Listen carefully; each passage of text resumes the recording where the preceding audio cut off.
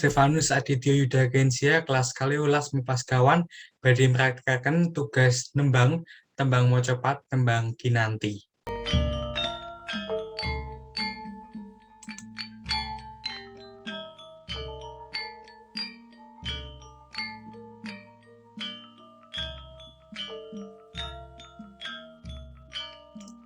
Padha gulengen ing kalbu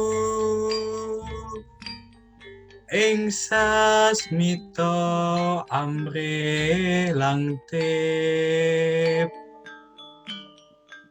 aja pijer mangan endra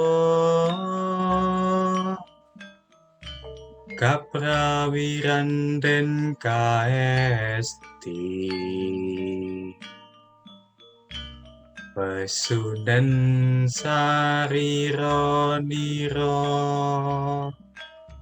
cegah dahar lawan guling.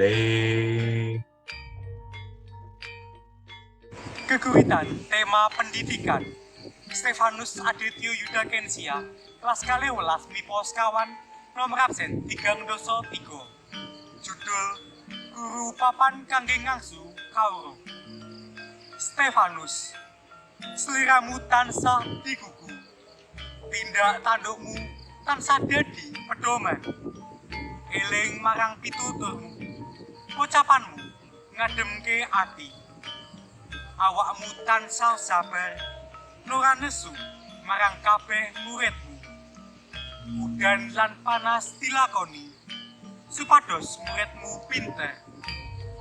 Adityo, anggonmu mulang tansah kepenak, dados gampil ditampi ilmune, esuk lan bengi sinau, tansah bekti lan mituhu marang guru. Iku kabeh kedah dilakoni, aja dadi bocah ingkang wani kalih guru.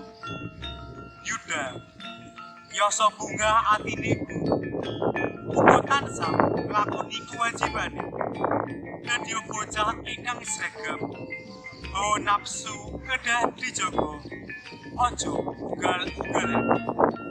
Gensia, kautanan murid yaiku ngangsu kawruh, eling pituture guru, nyuwun donga marang Gusti Agung supados ilmune migunani, hasrat becih kedah ditingkatake.